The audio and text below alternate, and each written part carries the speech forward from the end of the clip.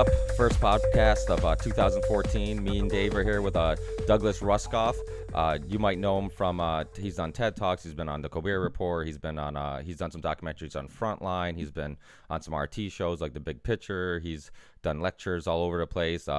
And writes. I think he's written like 12 or 13 books.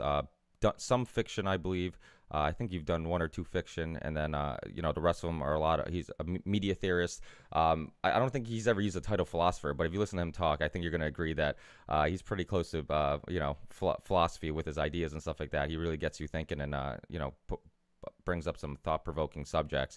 And so he's written books like Present Shock and Program or Be Programmed. He's done documentaries like Life Inc. For Frontline, and really interesting dude. Talks about a topic that I think we can all kind of relate to. Anybody who's in a relationship with a girl and screaming at her all the time for looking at her cell phone can probably relate to some of the topics he hits on. Just how technology has influenced culture and societies and all types of stuff like that, and just like our relationship with it. He's also had some books about corporations, marketing, money, all types of stuff. Really, really interesting dude. So I just want to thank Douglas Rushkoff for being with us today. Good to be with you. Yeah, I want to start off with something that I've kind of been pondering on, and it's funny because when I had you, when we scheduled you, I'm like, I'd be really interested with what Doug has to say about this. So from like the beginning of civilization till today, and I've heard you kind of briefly hit on this topic before. It seems like technology was always designed to give us more free time. It was like, first we're like monkeys, and then we have hunter-gatherers. Most of our free time went to just surviving, from getting food, from just well, right. If it's dedicated to surviving, then it isn't free time. Right. Yeah, exactly. and it seems like exactly. And then as time went by, and as we technology, we created tools and all that stuff, we had more free time to that's when philosophy came and art, because we had time to think about things and come up with hobbies and do things that we enjoy that are creative. And what happened? Because it seems like if that trend kept on progressing, eventually we would, a term that you've used before, we'd be slackers. We'd finally be able to work like a week out of the year and then have all this free time to just do the things we enjoy and not have to be, forced to sell our labor, per hour to survive. Like what happened with technology? When did that trend? Do you think it was marketing? Do you think it was, capitalism? What do you think happened that eventually technology became not something to give us more free time, but now it's, It took our free time. It took our free time. Yeah. Well, I guess, that really goes back to the industrial age. When you look at the original technologies that gave us time, like, farming or animal husbandry and some of the simple things that really came along in the axial age, that gave us time to then we'd sit around, we could invent text, we could do all these things, but the thing was, it was as if we were developing technologies in order to for that very purpose, right? To make our lives easier so we could talk more and get laid more and enjoy our kids more and sit around and think and look at stars and do all the things that were more fun than, chasing wildebeests or, or gathering, berries before the snow. It seems though later, around the industrial age, that we started to really develop technologies not to give us more time, but to make production more efficient, really, to get greater profits. And you look at the invention of the clock, compared with the invention of text. The invention of text was great for planning the future, making contracts, creating histories. It was really about telling the human story, where the clock was really about increasing the efficiency of the worker. The values of the clock are much more about breaking up the day into all these little pieces so that we can extract the most value out of our workforce. When the next great technological revolution came, which I would say was the emergence of digital technology, a lot of us, particularly in in the more slacker crowd saw it as kind of a reversal of this industrial age bias, that now instead of punching the clock and going to work and being on their time, now we were all going to be able to work at home in our own time. And you'd get paid for the thing you did, but no one would know how long you actually worked on it. If I'm writing an article, it might take me half an afternoon or it could take me all week. They don't know. And work at home in your underwear and transmit your things, and that's that. But I think our the underlying biases of our culture really had so much more to do with preserving corporate capitalism, with making more money over less time, and sort of increasing the surface area for investment capital. And with digital technology, what they saw, partly thanks to Wired magazine, was this idea that you could um, kind of find a new territory for expansion, a new commodity in human time. So they started to talk about people's attention in terms of eyeball hours and how to maximize the amount of time someone spent on a website or with an app.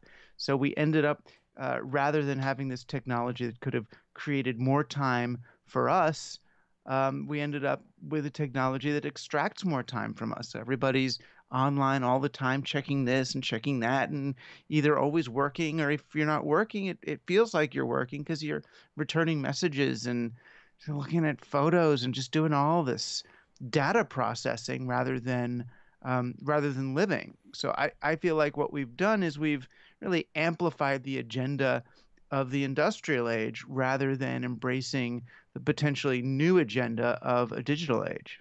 Yeah, no, I definitely agree. I think that Present Shock, your book Present Shock, really, it's an interesting topic because I think it affects so many people. We all know cases of people go out to dinner and you always hear about like, oh, we're always fighting about, this person's on the phone too often, or that person's on the phone too often.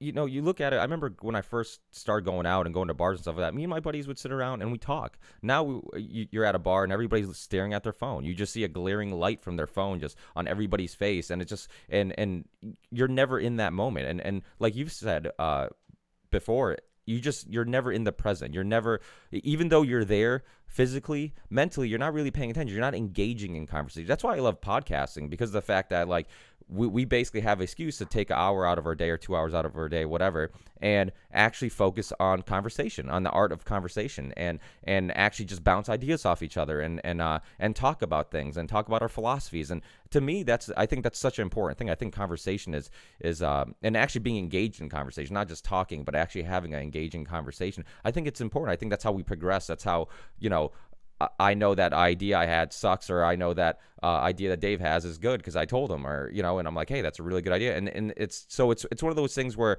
I think eventually it's going to cause some sense of like social anxiety, because you look at it, I know so many people who are so comfortable text messaging, and they're so comfortable writing through via social networking, but then in person they're really quiet, and I'm just like, wow, I'm like, if you could only take that person from your text message that open so openly, is open with their feelings and their ideas or whatever, and then can do that in person, it would be amazing. But most people can't. It's like growing up in high school or college or whatever. You have to go in front of a class. You have to fight those social anxieties of being in front of a group of people and working on your social skills and all these things, where now today you almost don't have to. You can avoid it quite often, and the next thing you know, you're at a job interview and you're stuttering, or you can't get your you can't talk freely because you're not used to talking face to face with somebody. And so I definitely think that becomes a huge issue. And I think marketing, like you said, I know you've hit on marketing a lot, and how like everything's become a statistic basically. It just they've used technology just to kind of keep track of everything we do, and not really to give us more free time and stuff like that. I mean, I think that, and I think I've heard you say this before on, I don't know if it was a podcast or a show or whatnot, the idea that you think that either, did you say you think we have enough technology, or we will in the future, in recent future, that we could have the technology to possibly live a lifestyle where basically if our focus wasn't on just making more profit, that we could all live in a life where we could spend more time doing the things we enjoy and less time doing the things we have to do? Oh, well, I think, it's probably been that way for 100 or so years. there were, some economic philosophers. I've just been reading John Stuart Mill, who was already talking about how, developed nations have, more than enough stuff, and the real problem now is one of distribution rather than the quantity that we're producing. Um, it's just I mean, it's more so now. I mean, but people have been talking about this for a long, long time. I mean, that's the sort of the dark, dirty secret of the industrial age is we got to the place where, at least in developed nations, we have more than enough stuff.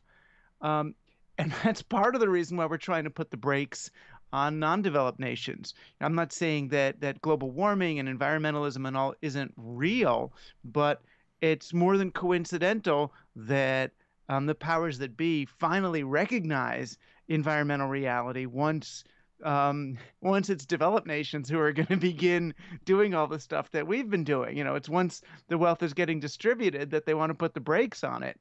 So yeah, I often look at guys like Norbert Wiener, he's the guy who came up with cybernetics, and he used to write about how, we could build robots and then have robots tilling the field so that people could be home. But his real question was whether we had an economy that could support this. And what he really meant was not that there's not enough money to support this, but do we have an economy that could deal with surplus, that could deal with having things in abundance? What do we do if you or I invented a genuinely useful renewable energy generator? What would that do to the oil companies? What would that do to thousands and thousands of jobs and thousands of people's 401k retirement plans? Our economy could not handle the wealth destruction that would go along with not needing to have a scarce energy marketplace. So those are the kinds of questions that uh, I guess we're refusing to look at or refusing to answer, either because we think it means going communist on some level, or it means that nobody gets to be wealthy anymore. And I think that's a huge problem. I think that people don't realize that the wealthy want to stay wealthy, and because they have so much influence on the way the system and policies and this and that, they're gonna end up basically putting things in their favor to make sure they stay on top. I mean, it's no different than the mentality of like the kings and queens, thinking that they're more privileged because they're not just because they're born into a family, but because they're smarter and they have better ability to make decisions. And I mean, it goes. Well, yeah, Yeah. but I also think they're stupid. I mean, I also think that part of the problem is um, they don't understand the biases of the economic operating system that's underlying whatever they do. You know what I mean? I think it's that kind of like a they let don't 'em know. eat cake. Like so my dear friend Evan Williams, starts Twitter and gets, well, he started Blogger and got his whatever hundreds of millions for doing that, and then goes and does Twitter, and now he's got 4.3 or 4.6 billion dollars according to the Wall Street Journal. It's like, if you're going to disrupt an industry, if you actually have the ability and acumen to do something that big, why go running to Goldman Sachs with that right afterwards? It's because they don't understand that operating system is just as fungible as the ones that they're trying to work with. They see it as some, the way banking and capital works, as some inviolable sacred truth rather than just something else that's up for discussion. Now, and that's a huge issue, because I think that companies going public definitely changes the focus on technology and basically corporations in general. You look at it when even during the industrial age, if a corporation made a whole lot of money, they'd either extend the factory, they hire more people, they would, they kind of invested back in society. Where today, they just reinvest in some ones and zeros that go from one computer to another, and nobody really knows what, really understands it. At least I don't understand it and that well.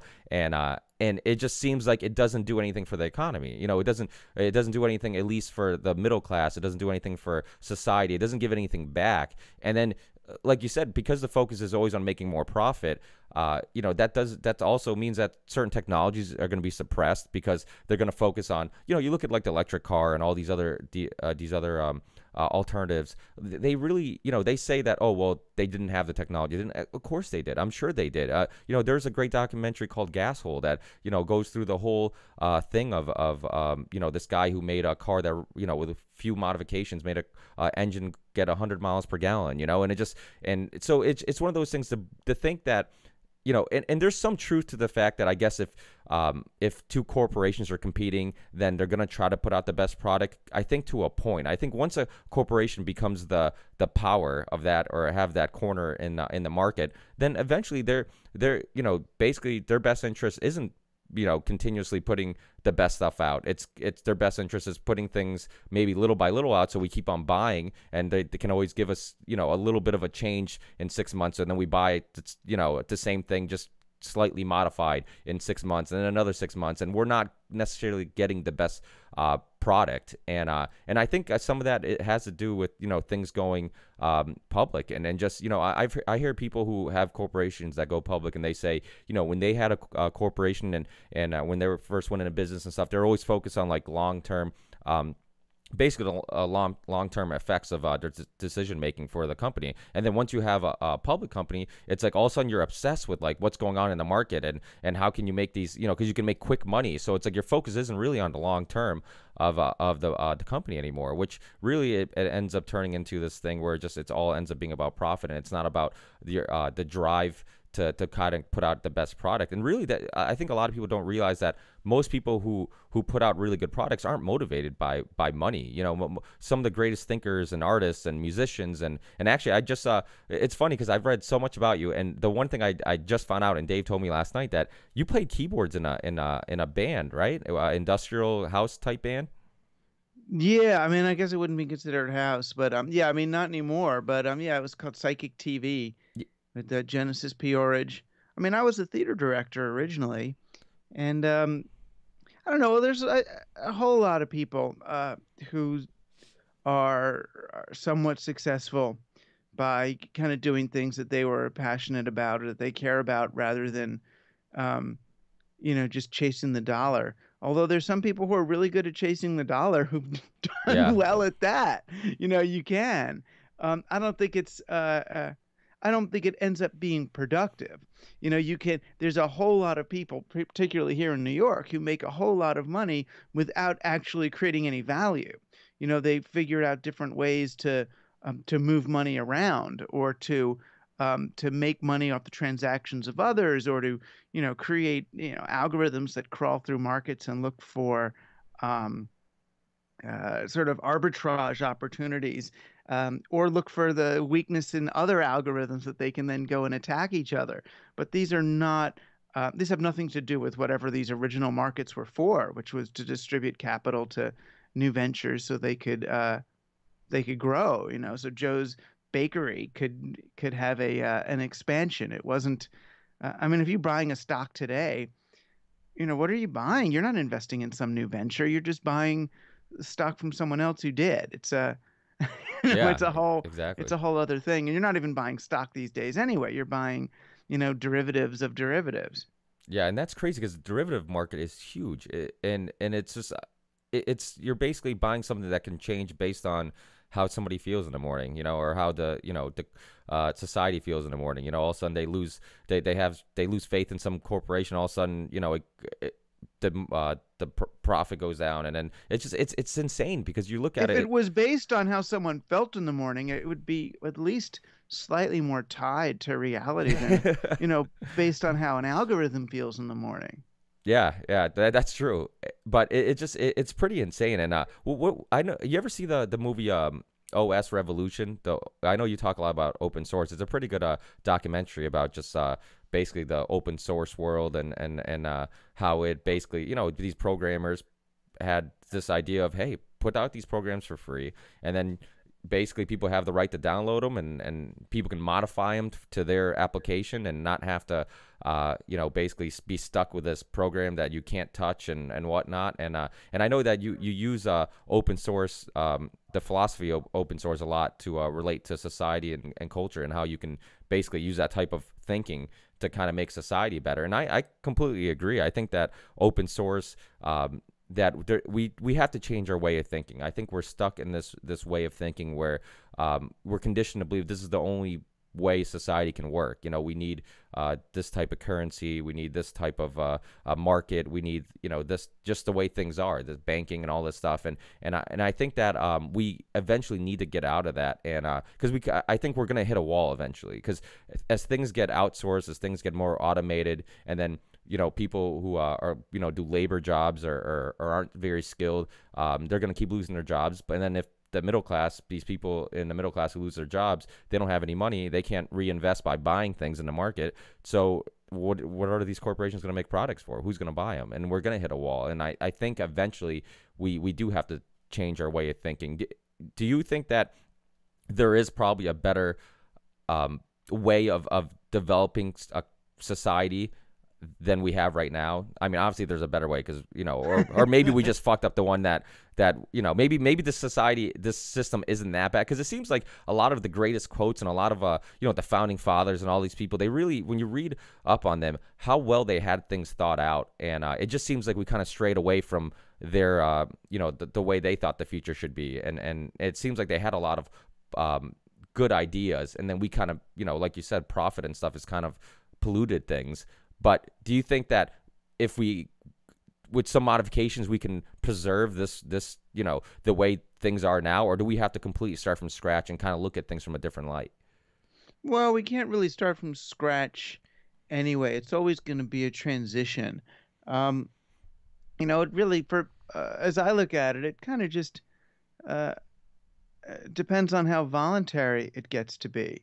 If we wait for the really, if we wait, and just sort of let things go, then we're going to be forced to adopt these changes and to figure out sort of new value systems, because everybody's dying, because there's no money and no food. Um, or we can, begin to adopt some of these alternative value systems and mechanisms now, which would make it the transition to a more peer-to-peer, just, or DIY, or craft-based distributed economy a little bit easier to do. But yeah, the corporate capitalism stopped working even for the corporations. If you look at the graph over the last 70 years, corporate profit over corporate net worth has been going down steadily, and that's before computers. This is really just after the World War II boom. It's just been going down ever since. What that means is that, because of the way currency works, because of how currency pools and travels towards these larger power centers, it means that corporations have gotten worse at making money with money. So they were really good at collecting cash, but the more cash they collect, the less they can figure out things to do with that cash to make more money. So it's a big problem. It means that this system has really played itself out, and that's because it's a system based on value extraction rather than value creation. So the way out, I think, is to kind of slowly unwind our dependence on giant centralized corporations and begin to explore other mechanisms.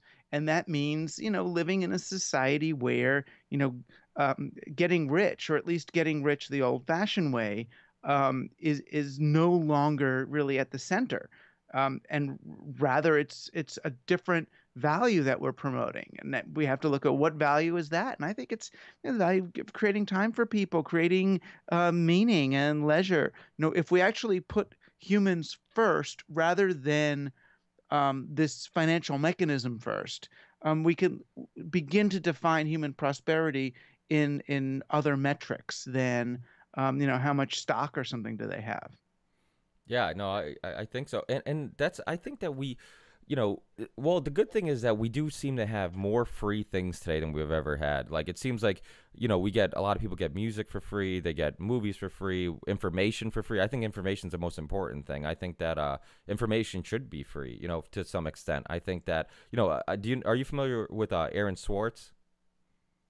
Um, The who's dead? yeah, yeah. Yeah. Yeah, just he had this for people who don't know, he was Yeah. this kid who basically believed in giving, information. I think he stole information. He hacked into, what was it, Harvard, I believe? Was he might have been Harvard, one of the colleges. Yeah, and he got in all this trouble. I mean, he ended up taking a real legal hit, And then for the team, yeah, he did. and the kind of the psychological devastation that went along with that, can't be underestimated. It was sort of an early kind of Snowden like Yeah. um, situation. Only he kind of stayed to deal with the consequences, although it wasn't as dire as that they were going to electrocute him or something. Like God knows what they would do to Snowden if he came back. Yeah, yeah, and he believed in. He basically took a bunch of information, I believe from one of the really well known colleges, and basically gave out all this information for free. And he was really, he believed in giving out information for free, for the fact that why should people be you know not have the ability to get this information and learn. And I mean, you look at it, colleges become it becomes a business. Wow, It becomes that a was cool. it becomes a business. And it just, the thing about colleges is that it becomes a business, and people only care about or really, it seems like only if you have the money you can go to college, where it shouldn't be like that. I think that some people believe that schools should be all publicly funded, and I don't know where I stand on that, but I definitely think that there is a little bit of unfairness of the fact that if you have a lot of money, you can get the best teachers, you can get the best education, and if you don't, then unfortunately you're gonna have to deal with, you're gonna have to go into work, go work early right out of high school, and basically get stuck in this hole and not really have the opportunity. And so that's a really interesting story, just that whole Aaron Swartz story. I think that like you said, he definitely took one for the team. He definitely, unfortunately for people who don't know, he ended up committing suicide because the government was trying to. I don't know what the sentence was, but I know it was pretty drastic. They were, I think he could have got as much as like 30 years in jail, for basically stealing information. Just he wanted to share information. It wasn't even for anything like he was trying to make money off it. He wasn't a criminal trying to, for some selfish reason. He just wanted to get this information out and share it with people. So that's a really interesting thing. Do you know what's your feelings on like maybe alternative way of alternative economy, kind of like the Zeitgeist movement or the Venus Project? Do you think anything like that would be possible? Yeah, I don't have much faith in big movements. Big movements with names and because they become these kind of either highly branded or one size fits all solutions to things. So I'm all for different ideas sort of mimetically spreading, but then being implemented locally and differently by different places. So, permaculture or biodiesel, and so there's lots of things I'm interested in, or community supported agriculture and local currencies. But I'm more interested in local currencies and lets and time dollars than I am in Bitcoin or even Dogecoin, because I don't feel like something like Bitcoin helps restore the fabric of local communities and peer-to-peer production and all those kinds of things that the industrial age took away. It just tends to recreate industrial age models using digital tools. Yeah, well, I definitely agree with your thoughts on Design Geist movement and the Venus Project. I mean, I like the idea of the open source and like things being like, a gym membership. Everybody just shares the same equipment. You use it when you need it, and nobody really owns it. I think that's a good idea. But you're right. I think that it becomes this thing where it's just like, I mean, the whole idea is let's get out of this. Let's have intelligent minds come together and come up with this alternative way of looking at things. But and then what happens is that once you picked a philosophy, any other philosophy you just kind of reject. And like you said, it should be we should be open to all ideas. I think we shouldn't reject any ideas, and we, who knows, maybe there is a better way of designing things that we haven't heard yet. So to say that, hey, this is the Zeitgeist movement, or this is the Venus Project, and this is the way we're going to do things, and basically not very open minded to other ideas. And even Peter Joseph and Jacques Fresco, I know, have button heads, and like they're not, I guess, on best terms anymore. But it's true. And when you say local currency, what do you mean by that? Well, do you mean currency city by city, state by state? You mean what exactly do you mean by that? Well, I don't know the exact boundary conditions that someone wants to put on a currency, but what we're using now are what we would call centralized currencies, right? They come Yeah, from the Fed, they're lent out at interest and all that. I'm interested in these other systems like time dollars and the let systems, which are basically they're more like favor banks where you put in a few hours doing something for someone else, and then they give you some of their credits, which then you can use to get something from someone else. And usually those kinds of currencies work better in particular local situations where there's some face-to-face contact, whether it's in a town or a county or a city.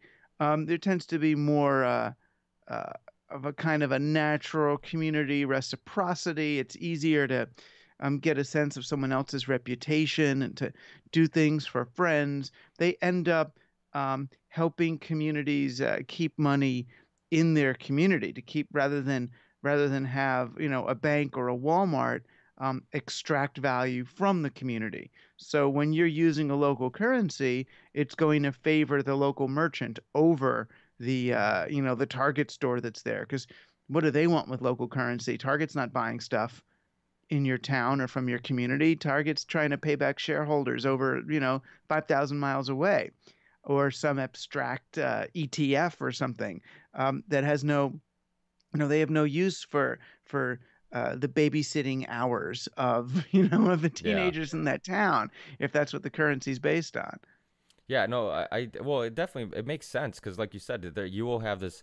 There's something about big corporations that they end up being disconnected to their customers because they are just, there's a CEO sitting in an office somewhere just looking at how he can make quarterly gains, and there's no connection with the customers.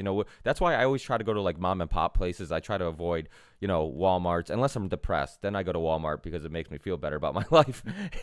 Uh, but it just I try to avoid going to these big corporations because I'd rather give my money to some local business, and usually you get the better product anyways. You go to a chain restaurant compared to a local mom and pop place. That local mom and pop place, you have the owners working in the kitchen. They care about the product that's going out there. They care about the basically running a good business because they want it to last and hand it down to their kids and whatnot. And obviously Target, they don't, Walmart, they don't care about my satisfaction. They don't care about giving me a good product. They care about selling me something. They care about making sure I buy. And so their focus is completely different. And so I definitely think that that's a huge issue. And yeah, I mean, it's not just a question though of it's not just a question of customer service or even our aesthetics as cultural creative people. It also there's an economic advantage if you are everything you buy, everything you pay for is an investment of some kind. So you're either investing in Walmart or Target or some guys, that's some foreign corporation basically, yeah. or you could be investing in someone who lives in your town who's going to pay taxes with it and make your schools better and buy something from you. And there, if you want your town where you live to be doing well, you have to think twice about leaking out every dollar you earn to some other place. So I think it's fair to say that you're probably not a TPP fan, or what was it, that partnership, that trading thing that they're trying to pass now. I don't know if have you heard anything about it? The I TP. don't even know this one. No. Yeah, it's what I can't. I'm gonna get the. You know what? I don't know what the initials are, but it's basically like the Pacific NAFTA. Is Yeah, what it is. exactly. Oh yeah, I mean it's funny. The people in government, the smart people I talk to say that this is like a fait accompli, that it's happening no matter what. Right, right. And I find it so hard to believe that. It's basically a free trade agreement with Europe, but for it to happen, Europe would have to agree to accept all our kind of GMO Oh, agriculture. And I just can't imagine them doing that. They really don't want our genetically modified we don't even stuff. want them. we I know. Well, we don't, but yeah. Monsanto does. Yeah, yeah, definitely. Well, the thing is, this goes back to your whole conversation about marketing. Is you look at like in California when they had the chance to be able to vote for getting GMOs labeled.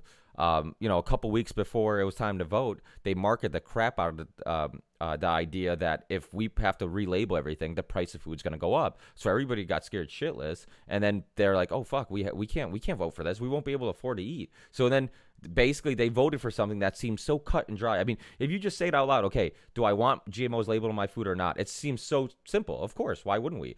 And then they did this great job of marketing and just scaring people, and then next thing you know, something that seems so simple, it's like I remember I didn't even hear the how they did it. I just remember hearing like, oh yeah, California voted for not having GMOs labeled, and I'm like, what? I'm like, I think our government worked harder to have labeling on records than it did to have labeling on food. And when you think about it, that's just asinine. yeah, music, yeah, absolutely, the parent advisory thing, Yeah. and so it seems like if you can market things, and that's the thing. I think that because of what we talked about before, the fact that we're so busy and we're so consumed with social network on in our free time, and really we don't. I mean, technology can be used for good or bad. We can either use it to basically just spend all our free time on social network and play Candy Crush, or we can end up using it and learn something. And actually, I mean, I have the ability to learn on tons of subjects and topics that I've never learned about. I know this. He's a Harvard philosopher professor, Michael Sandel, and he had all his classes online. And I remember just watching all of them. And I'm like, I can't believe this shit's free. I'm like, this is awesome, and just learning so much, and like being, just like the fact that I got to be taken in the classroom and watch, basically the same thing that a student who paid tons of money to watch, and I thought it was a great idea. It was cool to share that, and so I definitely think our focus is wrong, and like you said, you're probably right. You probably can't start from scratch. I think that maybe our way of thinking has to start from scratch.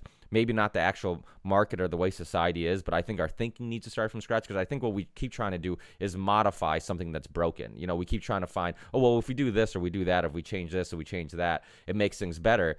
But I think to really get a really good hold on what our potential can be, I think we do have to like psychologically we have to start from scratch. We have to kind of look and detach our consciousness from what we think reality is, and kind of look at things in a different light, and really that's the only way. Because I think when you're conditioned to believe something, it's no different than, I still get in debates with people who say that marijuana is worse for you than alcohol, and it's just like, it's only because, and even I have a friend that his daughter is sick. I forget what she has, but he keeps trying to get her to smoke weed. He doesn't smoke weed. He just, for whatever medical condition she has, marijuana would actually help.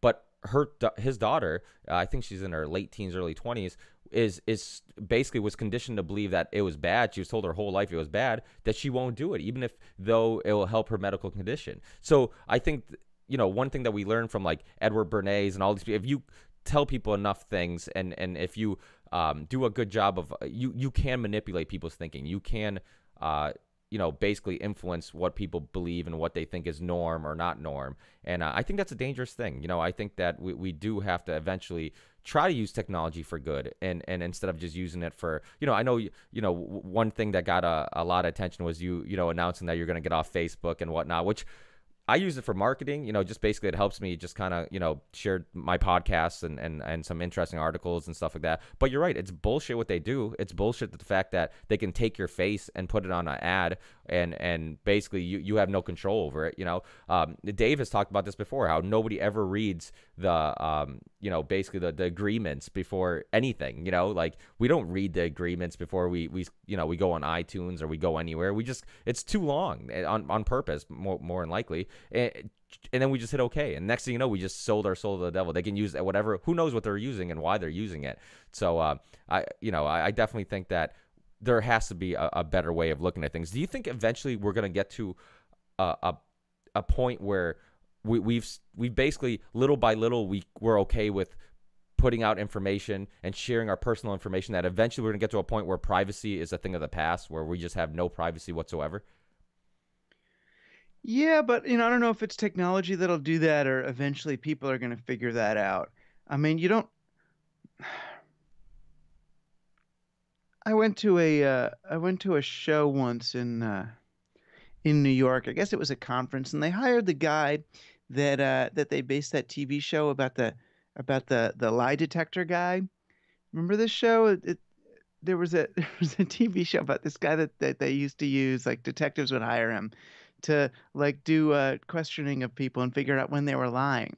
Oh, And okay, yeah, when I saw this guy and what he did and how he did it, and I came to understand that what he was really doing was just bringing into consciousness um, abilities that everybody has. He was just bringing into awareness, oh, and someone's eyes are like this, or they touch themselves like that, or they use this verbal construction instead of that one. It means that they're not telling the truth. Um, and he could do it, again and again and again. And then I realized, oh, we're all picking up on these cues. We're just on a certain level filtering them out or choosing not to see them. But on some level, whether it's in our mirror neurons or somewhere in our psyche, we're picking that up.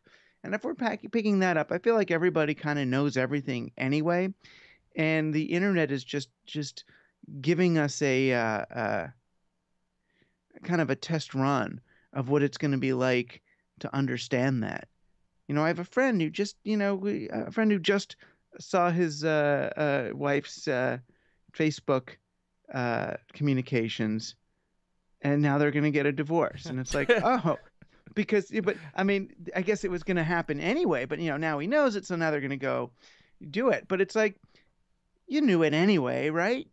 It's like, did you really need to see the emails in order to get there? Of course not. But it's this confirmation at this point. So I feel like, you were just talking before about pot and the legalization of marijuana. Legalization of marijuana is almost certainly a result of the loss of privacy that we have from the internet. You can't live in a world where there's going to be pictures of you toking from a bong on Facebook that are going to haunt you forever whenever you try to get a job and have marijuana be illegal. In other words, those two things can't happen in the same society. So, I would argue that, pot's becoming legal because it's impossible for people to hide their pot use with the addition of social media.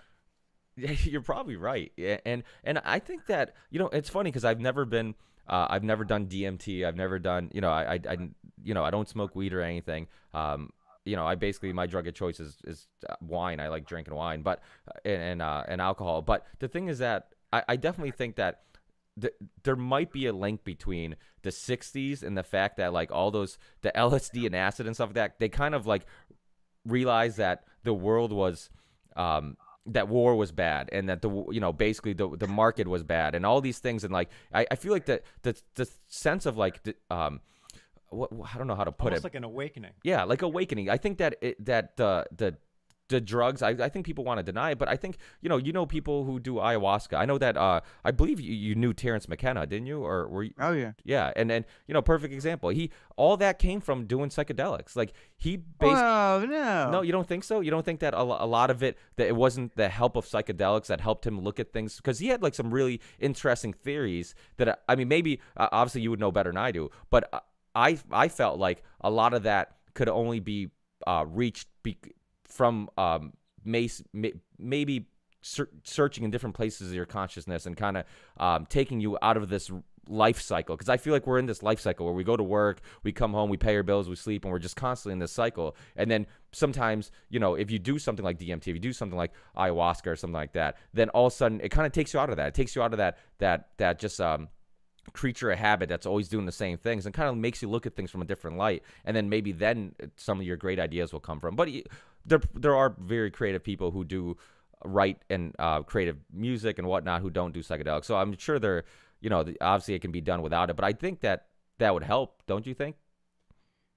I'm sure that he got to see things he wouldn't have seen otherwise. But you take a stadium filled with people and give them all the same drugs that Terrence McKenna did, you're not going to get the same output. Terence McKenna was a special person and a special thinker, and his choice to do those plants and the way he did them, was as much or more a function of who he is than was what he realized was a function of the plants he took. Yeah, well, yeah, that makes sense. I'd agree with that. It's almost like, give Barry Bonds steroids and he's this megalithic baseball player, but give me steroids. I'm give still me, gonna and I'm still, Yeah. exactly. He's gonna be missing it faster. So these psychedelics were like steroids for this gigantic mind. Yeah, that makes sense. Because you're right. Because I think as much as ayahuasca, if I did all the ayahuasca in the world, I don't think I would come up with like the stoned ape theory and all these other really interesting ideas he had. So that makes that makes perfect sense. But Or you'd come up with it, but you'd forget them by the time. What scared me was the thought of a stadium full of people on all these drugs. That's actually. hey, Dave, you ever go to a rave? Raves are pretty Yeah. close to a stadium. Those are full. but those are much. Those are kids taking a Ecstasy, little bit of E or some E, well, E and speed derivative. yeah.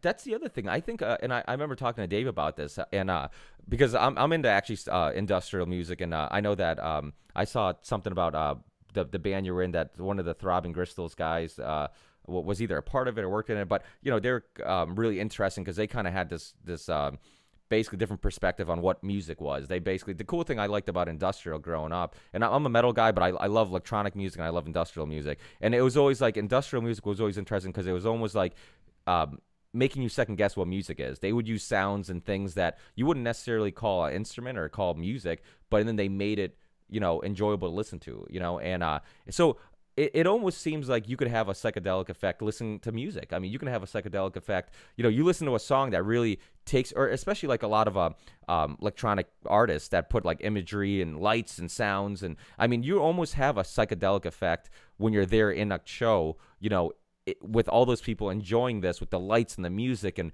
it's almost like a natural psychedelic effect. So it's like a lot of people who are like anti-psychedelic effects. I'm like, if you're into music or if you're into art, you can have one in a, without a chemical, and still kind of, change the way you look at things or provoke different types of thoughts and ideas and stuff like that. So that's one thing about music that I think is really interesting, that you can kind of, even with music and different art forms, you can have like a psychedelic effect, on people. But so you ever see the movie We Live in Public, the one the documentary about Josh Harris? Oh yeah, I'm in there. Are you? It's been Yeah. such a long time since I watched that. It's kind of an older movie, but it was funny because when we were talking about privacy, that's the I thought about that. I thought about that movie and how crazy it was. For people who don't know, what was it that Josh Harris got up? He made billions. I know it was during the rise of the internet, but what exactly? He never made billions. No. He started a research company called Jupiter, and I think he made some millions on that, and then he spent it on something called Pseudo, which was kind of like a YouTube channel, but it was before people had modems that were fast enough to really do streaming media, so it didn't catch on. And then he did something. He did a project where he had people kind of live in this, warehouse-like space and film everything. There were cameras everywhere. So whether they're going to the bathroom or having sex or anything like that, and then it all kind of went crazy, and he moved to Africa. So it was this movie kind of about this guy with this vision, but he wasn't that balanced, and sort of like a digital Warhol story. But it was fascinating what he did and how many people followed him and how cult-like it was. And it's a fascinating look at what happens when people live in total surveillance. Yeah, and that's basically what happened. He did it in like some underground place in New York, and basically he just got all these people who, you got food, you got everything for free, and you just lived in this place. And basically the one rule was you had to be filmed. There's a camera everywhere, and everybody had a TV, and you could just click through the channels and watch your neighbors, watch anybody who's in this facility, and basically there was no privacy. And it was amazing watching how human tendencies and how little by little, like the things that you considered private or you usually would want to do in private, you just lost, like you became immune to it, where you just eventually, it just made, it was insane. It was such a crazy experiment. We live in Publix in the movie, if anybody wants to watch it, and definitely look it up. It's really interesting, and it's an interesting movie that kind of, you're basically analyzing people and and it reminds me of like what a world might be or what it might do to our psyche if at one point we don't have any privacy. Obviously, they're putting cameras everywhere. Obviously, with it's been happening, but Snowden made it public that everything's being watched, and the giant facility they're building in Utah that they're storing everything, and little by little, do you think it's going to get to a point where we're going to just become immune to the fact that we don't have privacy, and it's going to be a thing? I know I kind of asked this already, but what do you think it's going to do to our psyche? Do you think it's going to something like that movie could happen, where we just end up things that we usually like to do in private, like have intimate moments with our significant other or go to the bathroom or whatever? We're just going to end up, do you think something like that could happen where, is that even possible? Well, the loss of privacy that we're going to experience isn't quite like someone looking at you doing something. It's more them having a relative statistical certainty that you're doing something because of the data that they do have. So it means if you've moved like this and answered that phone call and texted like that, then you are invariably pooping in these 6 minutes of your life. So it's a little bit different to have people inferring what you're doing than eyewitnessing what you're doing. But you don't think eventually it might get there, as because I know, like, what is it, London, that has like cameras everywhere on every corner, and like it would, but there's not enough people to watch every camera anyway. So even if it's on tape somewhere, it's not real. I mean, it's the evidence is there. If you wank, the DNA evidence is there. It's just whether or not anyone will do it. We'll find it. We'll research it. But you don't think just the idea that we know that we're being filmed, even though somebody might not be actually watching physically, just the idea that we think somebody could be, because even if they put cameras everywhere, even if somebody's not at looking at the film on every camera, you still kind of have the sense like you're being watched, and yeah. Well, the panopticon though is more effective if you don't know whether someone's looking at it or not. Yeah. If they could be, but you don't know, that people behave better or in a more enforced fashion if they don't know than if they know they're being actually watched at that second, which is kind of interesting. There's a lot of aspects of human nature that are going to get tested this way. I think on a certain level, it's going to push, like we were talking about, marijuana legalization and such. It's going to push for legal changes and social changes, because if they're going to know what you're doing, then you're going to have to force what you're doing to be a normative behavior rather than something to be embarrassed of. So on a certain level, it makes things better. But it all depends who's doing the watching, who has access to the watching, and what's being done with it. And that's that's why we're going to go in this direction anyway. They're not going to put less cameras. There's going to be more and more and more cameras, which is why I think what we got to do, it's what I've been arguing this whole conversation, is just go back and look at what and who are we serving with these developments. If we're trying to put human need first rather than the market need first, we'll end up deploying them very differently than if we're doing it in order to maximize the amount of value we can extract from people in each minute. Yeah, and we've talked about this on the last podcast, and there's these places, I don't know if you're familiar with them, the blue zones, where people seem to live the longest, and it seems like they're not places that have more stuff. It seems like they're just, they're physically, they might do harder labor work, but they live longer because it seems like stress is a big part of it. It's the fact that we have more stuff, but it just, are we happier? Are we, if you're a millionaire this year and then next year you make 2 million, does that extra million make you happier? So it's like I feel like we keep trying to find this fill this emptiness that we don't ever successfully fill, when really some of our our funnest enjoyments in life are communication with people. It's an interaction with people. It's things like this. I mean, this is a perfect example of how technology is a good thing. We're having a conversation with Doug in New York. I'm assuming you're in New York, and you know, and we're over here in Massachusetts, and I get to put this online in a couple hours, and I get to share with people all over the world, and